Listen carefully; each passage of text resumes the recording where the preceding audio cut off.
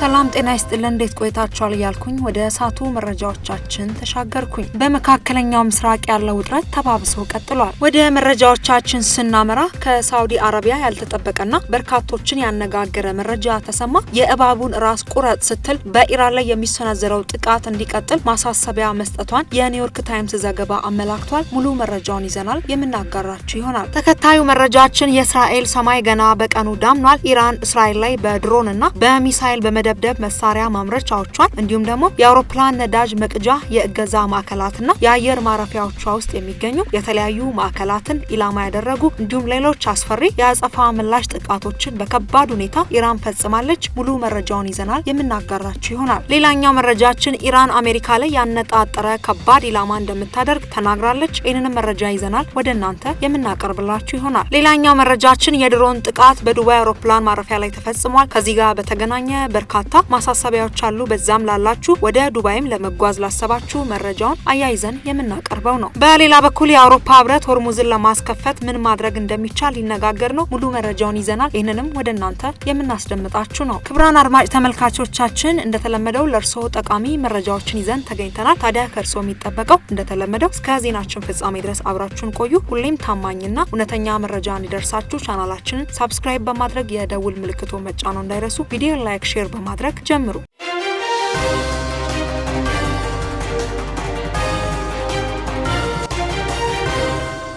ቀዳሚ መረጃችን ከሳውዲ አረቢያ ያልተጠበቀ ዜና ነው። በመካከለኛው ምስራቅ ያለው ውጥረት በበረታበት በዚህ ወቅትም የሳውዲ አረቢያው አልጋ ወራሽ መሐመድ ቢን ሰልማን ለፕሬዝዳንት ዶናልድ ትራምፕ በኢራን ላይ የሚሰነዘረው ጥቃት እንዲቀጥል ማሳሰቢያ መስጠታቸው የኒውዮርክ ታይምስ ዘገባም አመላክቷል። እንደ ጋዜጣው ምንጮች ገለጻ አልጋ ወራሹ የቀድሞ ንጉስ አብደላህ ይጠቀሙበት የነበረውን የእባቡን ራስ ቆርጠ የሚል ጠንካራ አገላለጽ በመጥቀስም ዋሽንግተን በቴህራን ላይ የምታደርገውን ወታደራዊ ግፊት እንድታጠናክር መክረዋል። ምንም እንኳን ልዑሉ በይፋዊ መግለጫቸው ለዲፕሎማሲያዊ መፍትሄ ጥሪ ቢያቀርቡም በውስጥ ግን የአሜሪካን ጥቃት በጽኑ እንደሚደግፉም ጠቁመዋል። በተጨማሪም ዋሽንግተን ፖስት እንደዘገበው ፕሬዚዳንት ትራምፕ በመካከለኛው ምስራቅ በሚወስዷቸው ውሳኔዎች ላይ ከእስራኤሉ ጠቅላይ ሚኒስትር ቤንያሚን ኔታንያሁ እና ከሳውዲ አልጋ ወራሽ ከፍተኛ ግፊት እየተደረገባቸውም ይገኛል። ይህ መረጃ የወጣው በሆርሙዝ ሰርጥ አካባቢ ያለው የጸጥታ ስጋት በናረበትና አሜሪካ ተጨማሪ የባህር ኃይል ወታደሮችን ወደ ቀጠናው እያሰማራችበት ባለችበትም ወቅት ነው። ተከታዩ መረጃችን የኢራን አብዮታዊ ዘብ 55 ዙር የድሮንና የሚሳኤል ጥቃቶች መፈጸሙን አስታወቀ። የኢራን እስላማዊ አብዮታዊ ዘብ ኦፕሬሽን ትሩ ፕሮሚስ 4 በተሰኘው ዘመቻ ቴል አቪቭና ቤን ጎሪዮን አየር ማረፊያዎች ውስጥ የሚገኙ የተለያዩ ማዕከላትን ኢላማ ያደረጉ 55 ዙር የድሮንና የሚሳኤል ጥቃቶች መፈጸሙን ገለጸ። በእነዚህ ጥቃቶች ኢላማ ከተደረጉት ተቋማት መካከል የኤሮስፔስ መሳሪያዎች ማምረቻ እንዲሁም የአውሮፕላን ነዳጅ መቅጃ የእገዛ ማዕከላት እንደሚገኙበት አብዮታዊ ዘቡ ባወጣው መግለጫ አስታውቋል። በዚህ ዘመቻ ፈታ ኤማድ ቋዳር ሃይፐርሶኒክ ሚሳይሎች እንዲሁም አውዳሚ ድሮኖች ጥቅም ላይ እንደዋሉም ተነግሯል። አብዮታዊ ዘቡም አክሎም አልዳፍራ የአየር ኃይል ጦር ሰፈር፣ ጆፌር ባህር ኃይል ጦር ሰፈር እንዲሁም ሼክ ኢሳ የአየር ኃይል ጦር ሰፈር ውስጥ የሚገኙ የአሜሪካ ወታደራዊ ተቋማትን ኢላማ ማድረጉንም አስታውቋል። በጦር ሰፈሮች የሚገኙት የአሜሪካ ይዞታዎች ከተመቱባቸው መሳሪያዎች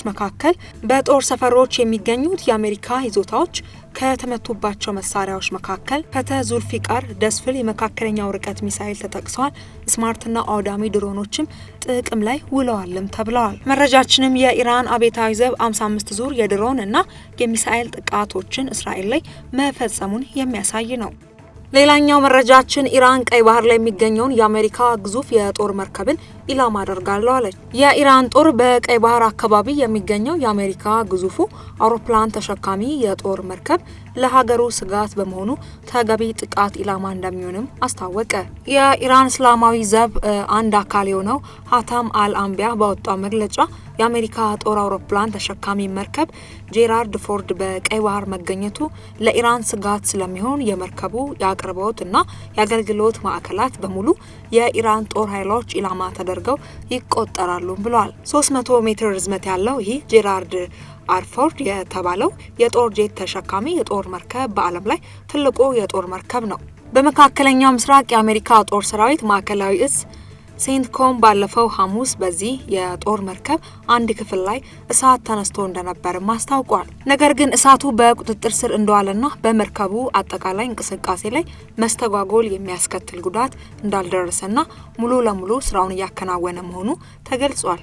ማዕከላዊ ዙ ጨምሮም በመርከቡ ላይ የተነሳው እሳት ከጦርነት ጋር በተያያዘ አይደለም ሲሉ በወታደራዊ እንቅስቃሴ ምክንያት እንዳልሆነ አመላክተዋል።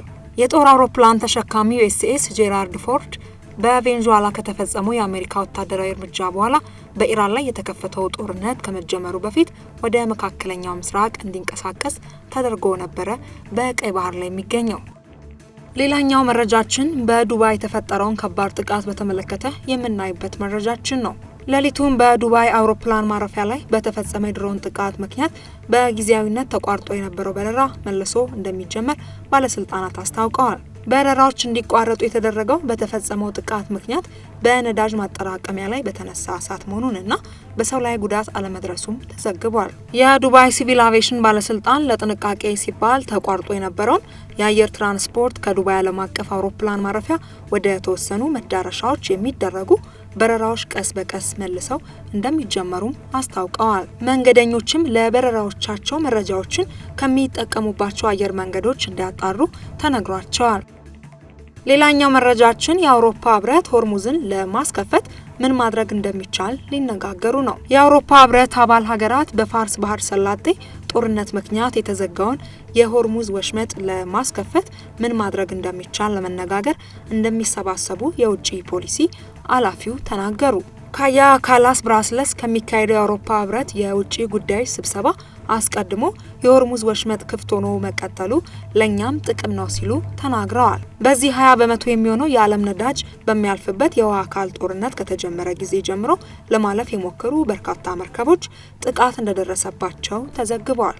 የአሜሪካ ፕሬዝዳንት ዶናልድ ትራምፕ የአሜሪካ አጋሮች የመተላለፊያውን ደህንነት ለማረጋገጥ ድጋፍ ካደረጉ ለኔቶ ወደፊት እጣ ፈንታ በጣም መጥፎ ይሆናልም ብለዋል። እሁድ ዕለት የዩናይትድ ኪንግደም ጠቅላይ ሚኒስትር ጽህፈት ቤት ትራምፕ ከስር ኪተር ስታርመር ጋር በዓለም አቀፍ የመርከብ ጭነት ላይ የሚደርሰውን መስተጓጉል ለማስቆም የሆርሙዝ ወሽመጥን እንደገና መክፈት አስፈላጊ መሆኑን መነጋገራቸውን አስታውቀዋል። ክቡራን አድማጭ ተመልካቾቻችን ለሰዓቱ ይዘን የቀረብንላችሁ መረጃዎቻችን በዚያ ያበቃ። ፈጣሪ ለሀገራችን ለዓለማችን ሰላሙን ሁሉ ያምጣልን። በሌሎች መረጃዎች እስክንገናኝ ድረስ በያላችሁበት ጤና ይስጥልን።